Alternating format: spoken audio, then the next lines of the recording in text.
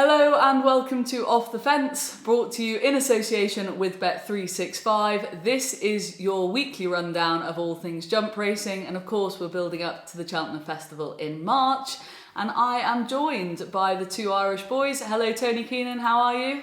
I'm good, Vanessa. I have a feeling we're going to be talking about a lot of things other than racing this weekend. Last weekend having been a bit of a letdown, a big build-up, and not really fulfilling what it promised to be. No, quite. And Barry, how are you? Any cheerier thoughts than Tony to start the show? Well, there was one or two performances, but that was odd. But no, there was a bit to be taken out of it. Well, look, we're going to get stuck in, and we're going to start where Tony has referenced there, with, of course, the big sort of racing story off the track, sadly, this week, was Altior not running in the Tingle Creek. Now, I was actually down at Seven Barrows on Thursday, got to see Altior's school. He looked $1 million. They were all terribly excited about him running in the Tingle Creek, taking on Politologue, etc., etc. And Nicky then decided that the ground wasn't to his liking. He didn't think it was appropriate to run the horse as his starting point for the season. And Barry, he declared him as a non-runner. Cue outrage among racing fans across England and Ireland and elsewhere. Can you understand the reaction that we've witnessed over the weekend? I can understand both, but I know Nicky obviously really well and know his approach, and he's going to Sandown for 50 plus years. He knows the place, and he was there on Friday, and it was desperate hard work, and it looked bad on the TV. So I could understand when he's a horse who's only had 2 runs in the last 20 months, and he's lining up in a Grade 1 on what looked desperate ground. If you had a footballer who'd been off for a length of time, you wouldn't play him the full match. You'd take him off with 10 or 15 minutes to go, because you wouldn't want to get to the bottom of him, because the recovery time from it on their first run, more so their second run, because they have the benefit of the fitness from the first run.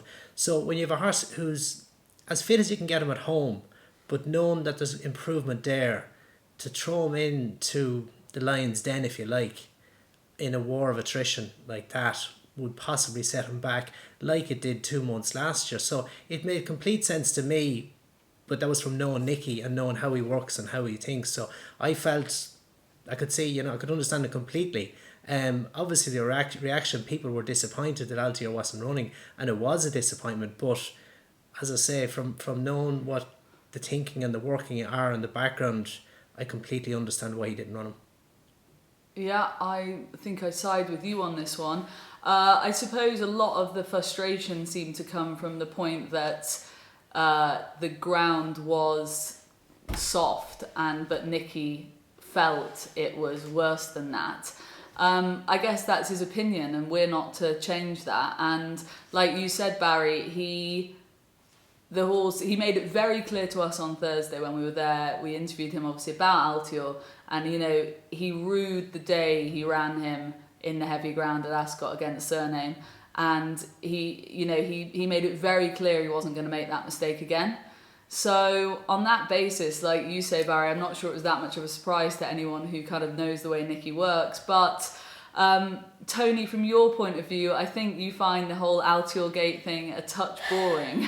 Yeah. But one thing I know does frustrate you is this whole angle of he's only got one target, and that's in March. Yeah, I do find it all a bit Altibor rather than Altior at this stage. So much has been the drama attached to them. I don't actually have that strong of feelings on this. I have lots of thoughts about it. Some positive, some negative. Like, I think Lydia Hislop did an absolutely magnificent job interviewing him in very difficult circumstances. That's a tough interview to carry out. I thought Nicky Henderson's reaction was over the top, to be honest. At one point he said to her, you tried to kill me over maybe potentially not running Altior last year against Surname. I think that's way over the top. She's just asking questions that everyone wants to hear the answer to. I think Nicky Henderson is correct in the sense that a tough run first time out can be very difficult to overcome. I think that race last year, the Surname race, was obviously difficult for Altior, and probably even more so for Surname. We saw how he petered out afterwards. But he's wrong about quite a number of other things, I think. I think the thing about the ground, like, factually, it wasn't heavy ground. I would be a firm believer in using the times to find out what you're about with the ground, and they were saying it was good to soft, maybe a bit soft. So I can't be having that heavy. But I would even be more worried about his use of the word welfare. I think that's a very loaded term in racing. I think it's a term you have to be very careful using because it can be weaponised against the sport. And the logical conclusion of some of what he was saying is that you may not want to run a horse on soft or heavy ground. Now, if that's the way we're going, we would just pave over all the National Hunt race courses and put flats on them, because that's a very dangerous line of thought. Look, my final thinking on it is that owners are going to do what owners want to do. Owners facilitate this. I'm not necessarily saying the pews facilitate this on the day. They may be happy to defer to their trainer, but the owners make their choice who they want to go with the horse. Nicky Henderson has a brilliant record coming to Cheltenham and all this, but he's also the trainer who seems to want the perfect race for his horse. I thought his interview later on in that interview with Santini, when he was sort of cribbing this race and that race, there was no race going to be suitable for him. He does kind of want the perfect race. Personally, if I had a horse in training and I only ever had a bit of one horse, a very moderate flat handicapper in Ireland, so I'm probably never going to have any half-decent horse at all, I would prefer a trainer that would have a little bit of a go. But look, that's the owner's choice. Yeah, I would agree with that. It all comes back to the owner and the trainer at the end of the day. I suppose, Barry, we should mention Politologue wins the Tingle Creek again and does it well and is the reigning champion chaser at the moment. But the fact that he is currently 9-1 with Bet365 for the Queen Mother Champion Chase kind of sums up how many sort of missed bullets there's been, I guess, at the target in terms of we just haven't seen. We're not going through a vintage year of 2 mile chasers, are we?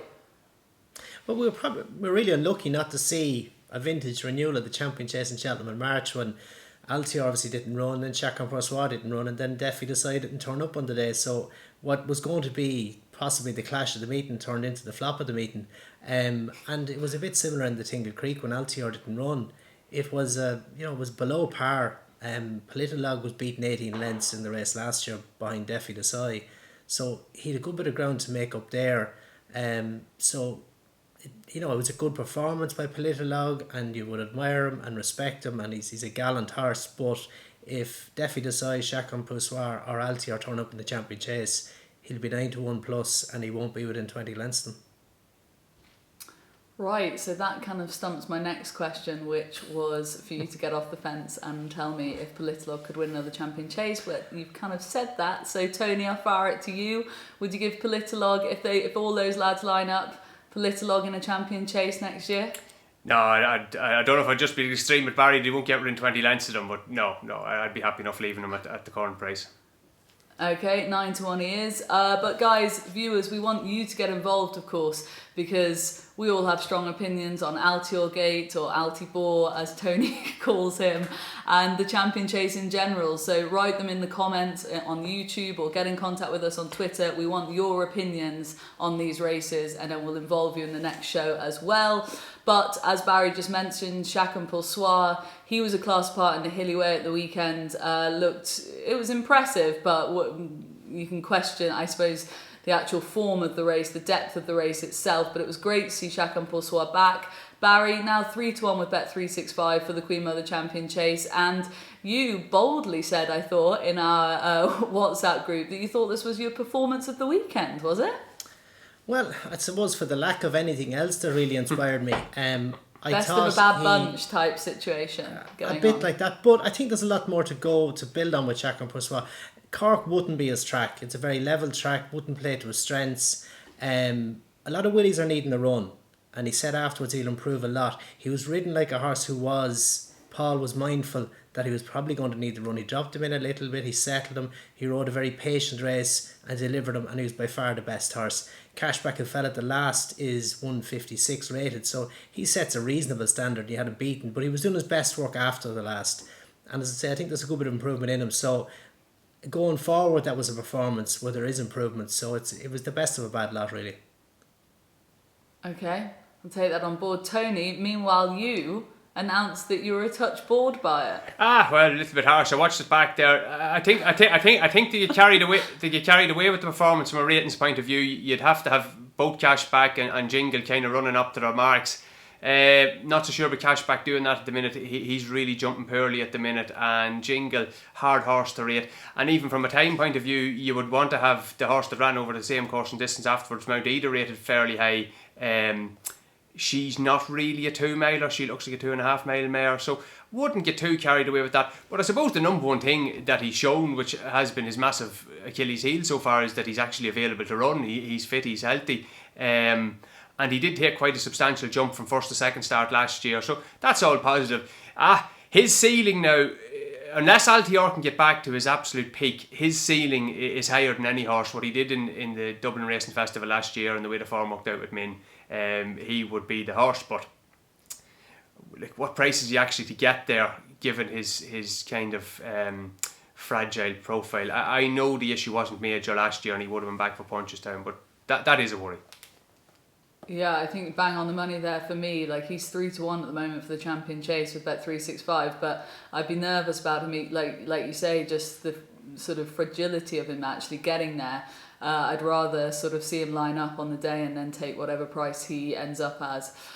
Meanwhile, we can move on to the John Durkan, which, Min, great, won a third John Durkan, terrific, lovely for Patrick. It was his birthday at the weekend, so very happy day for him, but none of us saw it, or can judge it, or can really talk about it in any depth at all, except for the fact that Tornado Flower is probably a touch close to comfort, Tony. What do you want me to say about this? Like joke, absolute joke. The only slight thing I would have with it is I would question the jockeys letting a first time out horse that is effective over 2 miles dictate the pace when there were a few horses that stayed a bit further. I think he may have got a little bit of a soft lead, but it's very hard to take the sectionals when you can't see. Look, my thoughts on this is I've been at a couple of these meetings, these fog meetings. I remember going to Leopardstown one Christmas. It was called off. I think What a Friend was due to run the Lexus that year, and they ran it the following day. I think it was in Goran. The day Chacun won the TS is it's useless. And it's even worse for people at home. At least when you're at the track, you can have a bit of a crack and have a cup of tea or a drink or whatever it is. Racing, this is what happens. I think in this case is you see in Irish racing anyway, the industry seems to become more important than realising that it's actually a spectator sport, and I think that's wrong, especially for these massive races. I know they wanted to get it off on a Sunday when there's a few people watching, but what good was it? No one could see it. To me, run it later in the week. It's an awful experience, and as a pal of mine pointed out to me, it's kind of the car that runs along beside them is great. Is the only way we can see this, and it's it that has actually facilitated this. There would be no chance of the meeting going ahead if you hadn't got the kind of tracker cam. But no, I just think they need to make a call. This isn't going to work. The weather's not playing ball. Cancel the meeting after 3 races. Just a bad idea for me. Barry, well, what's it like if you're riding in a race with that thick of fog? I mean, obviously it looks terrible from our point of view, but it must be fine from the jockey's point of view. Well, once it's safe, it's safe. I was actually riding Waterfront in Leopardstown at the start for the Lexus that year when I was called off, and I was in Newbury the following day to watch Sam Thomas win it on him. So I wasn't a big fan of the fog anyway that day. But it's like driving a car. If you can see what you're doing, it's fine. Obviously, it's not brilliant for the stands, but it's not just as straightforward to move the meeting, to have it on later in the week. Horses and transport and programs and whatnot. It's I know it's lovely to say it, and it is better for everyone. But to move a big car like that on a Sunday, to switch to a Thursday when you're bringing it closer to Christmas, and then you potentially have horses not running because it's too close to Christmas. So it's not just as straightforward or as cut and dry as that, but I know it's not ideal, but it's great to get racing on too. Yeah, I guess so. I think we can probably rattle on to question time because we had loads of questions about a number of horses, but one of which, of course, got mentioned plenty was Allmankind, who won the Big Novice Chase at Sandown at the weekend pretty impressively. Barry, in moments like that, when Harry's having a spin like that around 2 miles at Sandown, newly retired Barry Geraghty, any touch of jealousy there at all?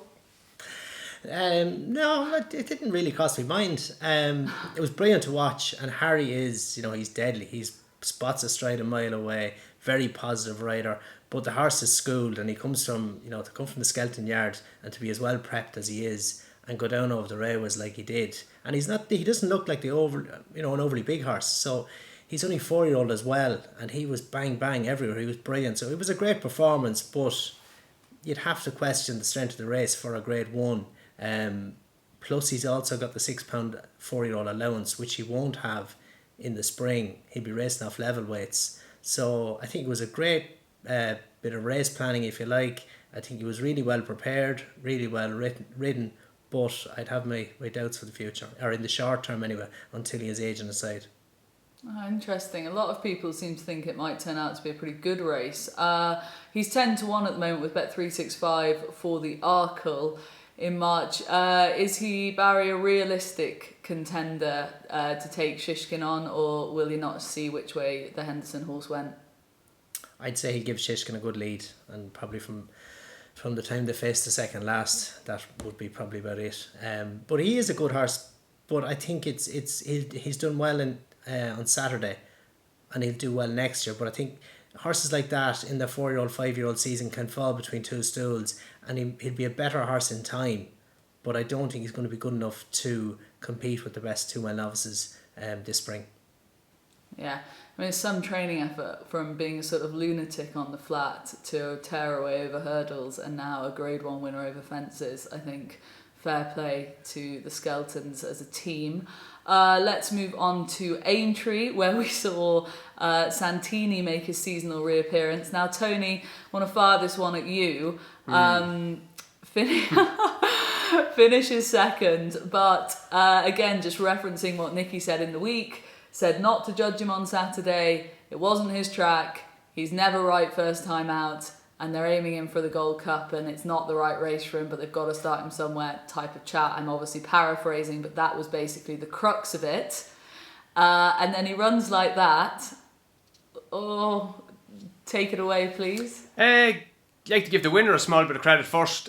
Maybe just going down the back, Frodon jumped across him at one point, and then he made a howler of a mistake at the next. And he's a horse that would generally jump well, so having a few fences in the straight probably would have helped him as much as hindered him. Travelled very well through it. Santini headed him, and I won't just say he fought back, because Santini might have been helping him a little bit. But yeah, I give him a small bit of credit. Look, as a punter, like betting Santini is like a kind of form of punting self-harm or something. Like, it's just, you can't watch him. Like, he's impossible. He's actually impossible to watch. He's hardship from start to finish. He's off the bridle there, heading out in the second circuit. I say this because I've backed him a couple of times. I backed him in the Gold Cup last year, and I backed him in the Ryle and Son Alliance. He's just hardship to watch. Now, with that, he has been quite an unlucky horse. He has managed to find himself in the last 2 Cheltenham festivals in a falsely run RSA and a falsely run Gold Cup. Now, that's next to impossible to do, to manage to land in the 2 of them, when he's the one horse that wants a truly run race. Now, he got the truly run race in the Cotswold Chase in January, and he was really good. Very impressed with him that day. Dismissed Bristol de May. But I just wonder, has his moment with Cheltenham passed the Gold Cup a little bit? I thought last year was the time for him. Really funny. He ran very well in it. I think if there had been a more truly run race, himself and the winner would have been further clear of the rest. I think there were still the 2 right horses involved in the finish. I wouldn't be certain who would have won it, but I think they'd have been further clear. But there's a few new horses coming along. There's the Minel Indos of the world, and a few of them, Champ as well. I just have a little question of whether his moment has passed. Yeah, fair enough. I mean, Barry, just a quick line from you. If he's a hardship to watch, if you've backed him, would he be a hardship to ride? Like, when they go like that, does that make your life on top incredibly tricky? Oh, definitely. But he's a very laid back horse at home as well, so fitness is always an issue for him early in the season, because he doesn't put in the level of work that's needed at home. He's so laid back, and he goes to the track and he's laid back as well. And he might look as if he's given up on the straight, but he's not. He's actually given a blow, you'll find. So I wouldn't give up hope on him. He's a horse I would like, and he's a horse that'll improve. And as Tony said, he was probably unlucky twice at the festival to be in slowly run races, because as you saw in the Pillar Chase, the Cotswold Chase, he benefits from a strong pace. So I think if he got a strong pace, I'd agree with Tony that the right 2 horses came to the top in the Gold Cup. He mightn't have beaten Album Photo regardless, but it would have played more to his strengths to have an end-to-end gallop. So I think I wouldn't just judge him yet. I think he's a horse to see a lot of improvement in. Okay, keeping him on side despite him being a hardship. Santini currently 9-1 with the Bet365 for the Cheltenham Gold Cup. Now let's move on to a few of our viewers' questions, in particular Mark Jordan, who said, is last year's Ballymore form looking poor now, bar Envoy Allen? The big breakaway and the big getaway both beaten. Now, the big breakaway, I'm just thoroughly disappointed by, I'm afraid, because he showed a touch of a quirk at Cheltenham when we were all very impressed with his novice chase debut. And now he's come out a second time around and showed more than a quirk, I think it's fair to say. Barry, I'll just pitch it to you. Is he a bit of a dog? I wouldn't have thought so. He was very impressive, obviously, in Cheltenham, but from word go, he didn't look comfortable. Robert Power didn't look overly happy. He jumped brilliant in Cheltenham, but he was looking to his left. Robert was looking for strides. He was always squeezing and dipping and looking. So it was a laboured performance from the outset. So, you know, for whatever reason, he didn't turn up on the day. I wouldn't write him off on that. Okay, hopefully they'll get him back on track relatively quickly. And then over to Ireland, where we got to see the big getaway make his chasing debut. And Tony, what happened there, please? I was disappointed with him, and I'd have a little question mark over him now after that. Willie Mullins' novice chasers, not always be the way, have really been forward this year. They could be operating at a 60-70% strike rate since the start of November, so he should be ready. He has travelled well through it, ran down the second last, jumped reasonably well up to that point, ran down the second last. I thought his head went a little bit up in the air and he just checked out completely. Now, Paul Town was very easy on him afterwards, but Conflated wouldn't have been in the same parish as him as a hurdler. Opposites the track has passed him late, picking up the pieces. I would think there's something with him. And looking back last year, he did run a magnificent race in Cheltenham, but if you look back at his run at Leopardstown at Christmas, where he led to the last, now he did make a mistake at the last, but I thought I would have liked to see him kind of fight a bit more from the last. He curled up a little bit and he only managed fourth in that race. So I think what's going to be interesting is where they're going to run him the next time. Navan on soft ground may have found out, any little kink in him. Will they go now maybe to an easier track next time? Will they maybe go to a Torless, maybe more of a speed track to get him back on track? But at these stiff tracks where he's asked to get into a fight, not only maybe with the rivals, but also nearly with the track, I'd be inclined to be against him. Okay, I'm going to keep the big old hunter head on side for the time being, and I'll give the big breakaway another chance. Obviously, I'm a forgiving type, so let's move on. Tony, I think you are currently reading, or have read, or maybe gave up halfway through, I'm not entirely sure, but Barry's book, True Colours. Yes, and I'm sure the shameless fecker's got 3 or 4 copies in the background there of his shot. I can't actually see at the minute, but sure, good luck to him and fair play to him. Look, it's the time of the year for buying books. This is the time, and I would actually heartily recommend it. There's lots of interesting stuff in there. Sure, there's great nostalgia there about different horses over the years, all very interesting. But to me, the 2 things that would stand out as I'm reading through it, we kind of know about the horses. We've all seen Moscow's Tingle Creek over and over again and Sprinter Sacre, but you don't maybe hear the behind the scenes stuff, how maybe trainers and jockeys interact. There's interesting stuff about Barry there, maybe had an offer of a job with Paul Nicholls, didn't take it for one reason or another. There's another very interesting story about getting off a horse of Tom Taft's and riding another horse ahead of it, and a little bit of a fallout after that, and the various trials and tribulations of being a freelance jockey and how missing time can be very costly to you. But the thing that really now struck home to me, and I was a little bit surprised, but maybe I shouldn't be surprised, but maybe I'm very naive, was kind of, there's a chapter in the book that's very open, very honest, about drinking and the kind of the lifestyle and stuff like that. And I think in Ireland anyway, we kind of have, in sport, GAA is such a dominant organisation, and I suppose maybe English listeners won't be massively familiar with this kind of culture, or the non-culture of drinking in the GAA, where basically a team of amateur athletes, I might add, could be told not to take a drink for 3 months, and held to pay if you were to take a drink and be caught. And I'm even talking about ordinary club players, not the main inter-county players. And I think other professional sports have a far more common sense relationship with drink. but the races might be going too much the other way. I know it's called a race meeting for a reason, and there is a sort of a social side to it, but Barry was very honest about nights maybe been on the lash and gone riding the next day and various things like that. And there's a magnificent anecdote about, I think your wife Barry was watching it on TV. You were after riding Punchestown to win a novice chase someone, you were chewing gum, and I think she gave you a bit of a bollocking about it. She knew why you were chewing gum, shall we say. But what I was going to ask you, 2 questions I suppose.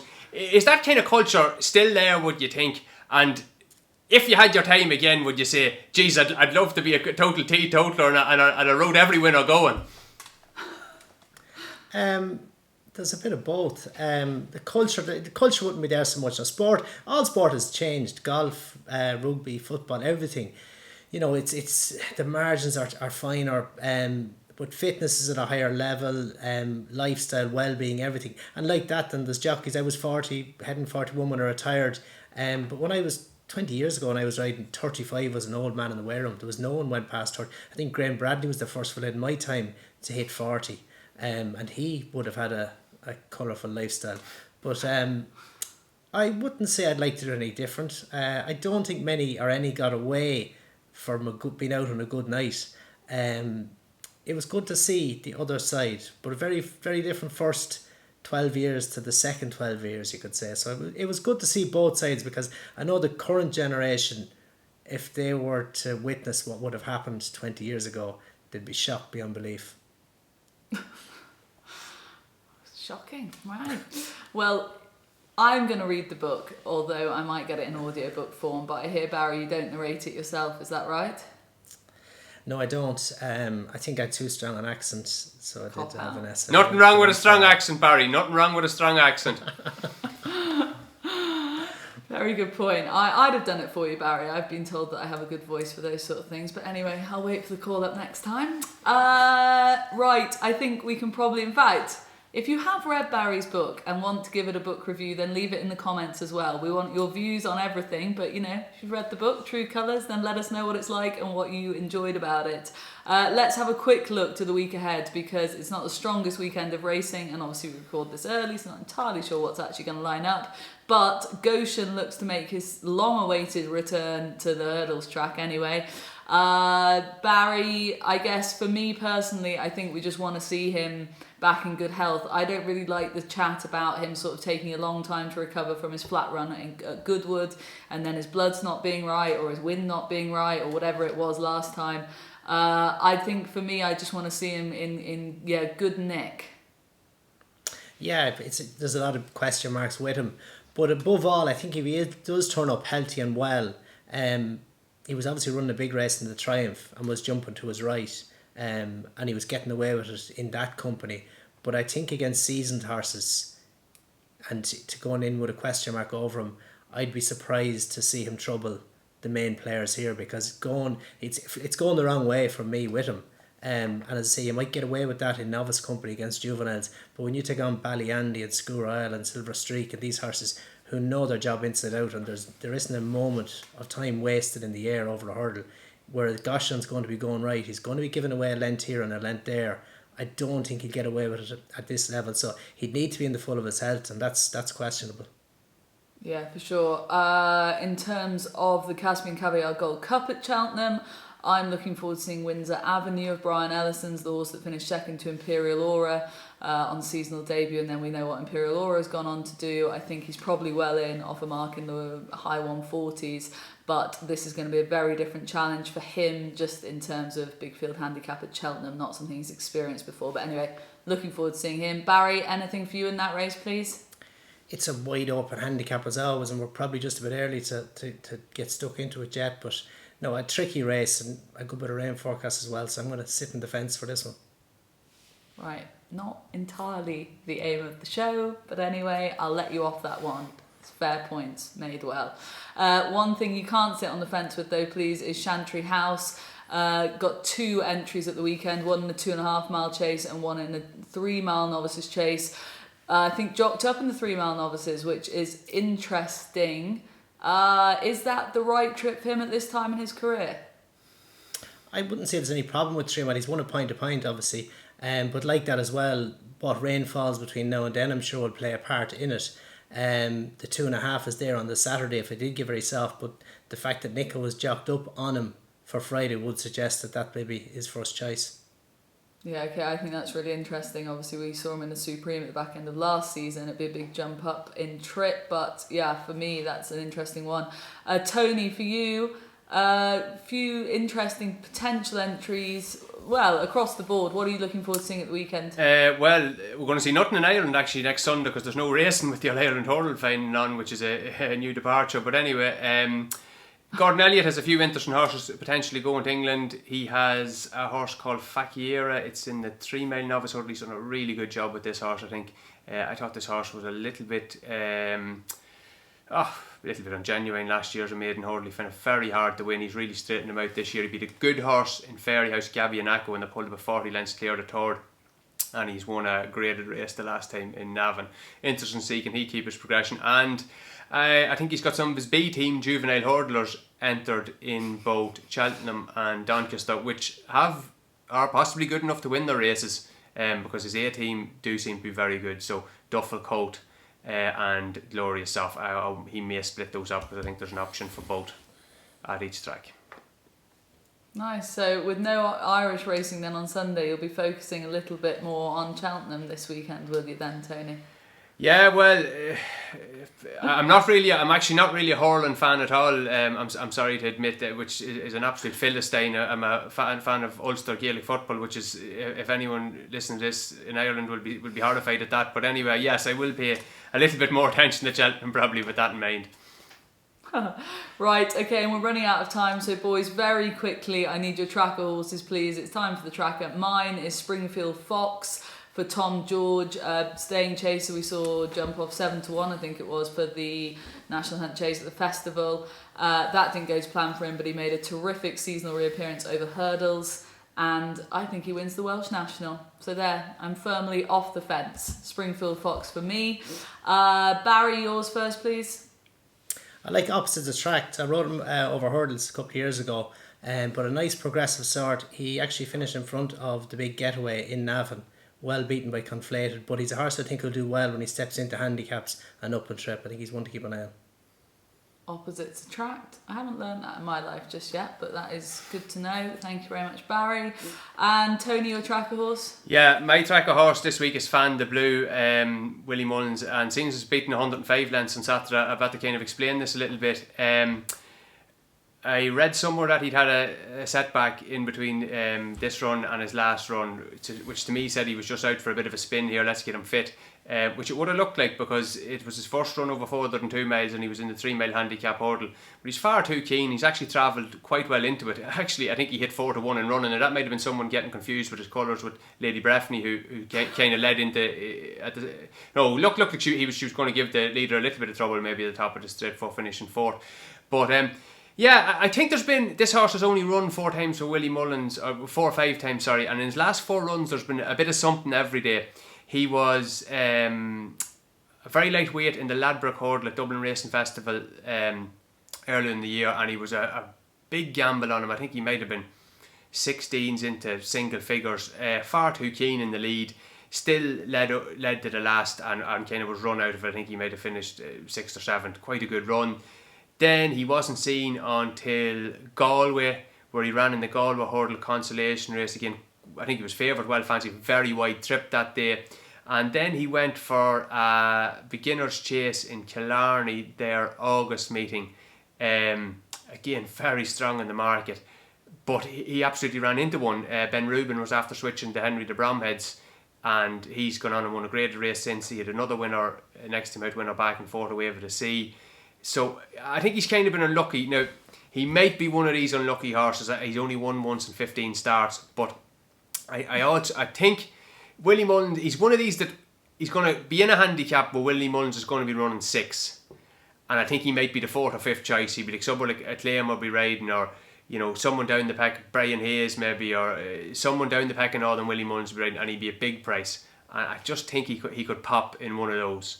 One to keep in mind. I do think there's ability there for all he's been frustrating so far. Interesting, like that a lot. Fan de Blues, it is. Right, I think that wraps everything up from my point of view. Thank you very much for watching, viewers. We much appreciate it. Please subscribe to the YouTube channel. Please like, please comment, get involved, tell us what you do and don't like. And yeah, we want to hear your opinions. So give us a like, give us a retweet, subscribe, all the rest. Thank you very much, Barry Geraghty. Until next week. Thank you, Vanessa. Thank you very much, Tony Keenan. Thanks, Vanessa. It's been a pleasure. Hope to see you all next week again. Hopefully we'll make it, yeah, another 7 days. Thank you very much for watching, and that was Off the Fence.